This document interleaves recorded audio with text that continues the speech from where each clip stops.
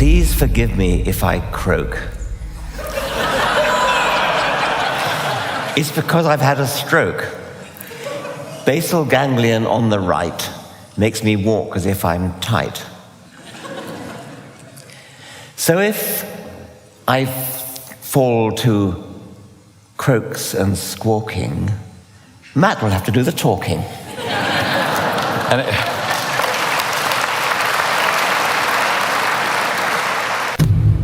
last year I went to report on the war going on in the north of Nigeria. And there's a form of tribal and also religious conflict going on. And I was traveling around these villages, which are Christian villages, which are being attacked by these particular Fulani herdsmen. And they're coming on a regular basis, and they're raping women, they're macheteing pregnant women, and it's just hell, what's going on there. I came back to the UK, I was writing about it a bit, and I was just very struck by the number of friends of mine who I was describing this terrible situation to, who would say things to me, things like, well, you know, the Nigerian churches are very homophobic. And I'd be like, what? Well, I just don't have much sympathy for the Nigerian Christians. I mean, they're not attractive victims. Yeah. And I'd be like, sorry, the girl who'd just been shot through the leg, who was 4, doesn't strike me as being a useful person to take out your particular quibbles about homophobia in the Anglican Communion. You know, like... They've taken the Lord, and we do not know where they have put him.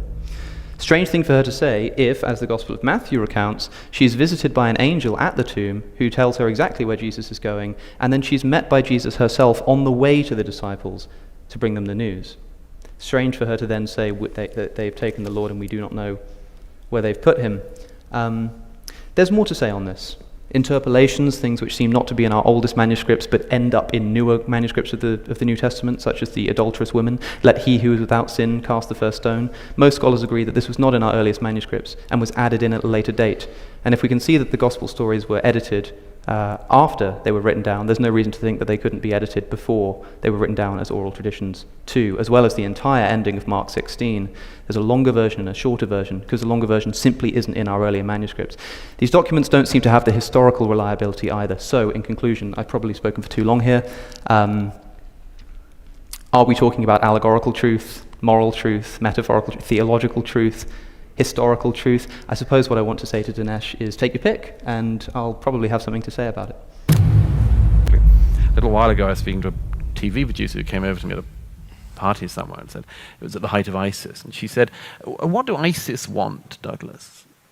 And I thought, oh, okay.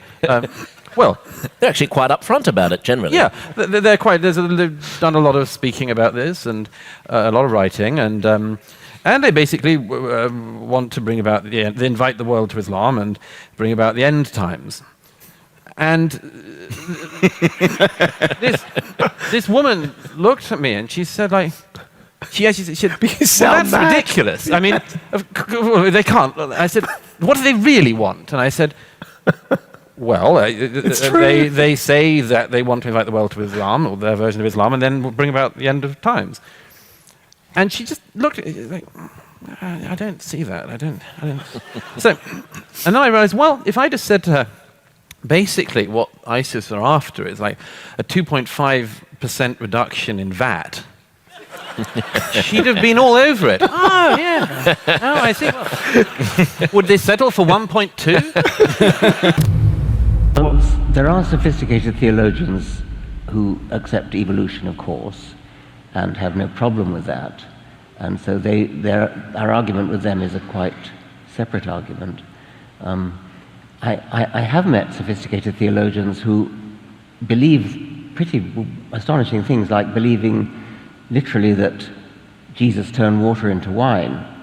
And I thought sophisticated theologians had written all that stuff off and said, oh no, that's just metaphor, that's just a nice story, we don't really believe that anymore. But I have spoken to very, very highly qualified, sophisticated theologians, highly educated. They accept evolution totally, but yet they think Jesus turned water into wine and walked on water and rose from the dead and was born of a virgin. All very unscientific ideas, and still they call themselves sophisticated theologians. the gospel writers are constantly Contradicting each other. No, drawing, not contradicting each other. If they were constantly contradicting each other, you wouldn't have spent half an hour on a single event that, frankly, I haven't even heard of. In fact, no one's ever heard of. I've never ever heard anyone discuss this in any context. So which event? This prophecy about Hosea. I'll go back and look at all this. But what I'm trying to get at is, if you had a plethora of contradictions, you wouldn't be spending the entire debate on one that I'm sure no one in the audience has heard of either. But okay, you've heard of it. Probably because you've been listening to his YouTube channel, right? You don't think that this is a highly discussed point of contention in the Gospels, the flight to Egypt and its contradiction with the flight to Egypt. Look, the flight to Egypt is an important event in the Gospel. I'm not saying. Dinesh, also, you said, why could you only bring up this one example? Take your pick. The date of Jesus' crucifixion, whether they're to take a staff or not to take a staff, the dating of Jesus flipping the tables at the temple, Mary Magdalene and what she says at the tomb, when the temple curtain rips. In the Gospel of Luke, it says that this happens before Jesus' death, and in the Gospels of Matthew and Mark, it says that it happens afterwards. We can go through any of these contradictions that you like, but the problem is that what you're going to tell me is that it's trivial, and then when I try to explain that it's not trivial, you say, oh, well, I haven't even heard of it, and no one else really cares about this, when other people do, by the way. This is a highly discussed point of contention in the Gospel. All I'm asking you to do is say that this is... when I mentioned the staff in my opening statement, and I said that whether or not they take a staff is a totally trivial contradiction, I'm not bothered by that. If I were a Christian, I would say, yeah, of course, because the texts are not going to perfectly accord. But for some reason, Augustine could not accept this, and so comes up with this ludicrous idea of a literal staff and a metaphorical staff that Jesus is talking about. If you were willing to just say, yes, this is a contradiction, but that doesn't upset the method of Christianity, I think it would be a much more defensible and respectable approach. But instead it seems that you're unwilling to admit that there's even a single contradiction in these texts.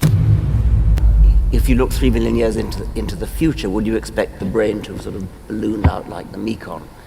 And the answer is yes, only if the selection pressure in favor of braininess is maintained. There must have been, during the past 3 million years since Australopithecus, there must have been a selection pressure such that the brainiest individuals survived better and had the most children.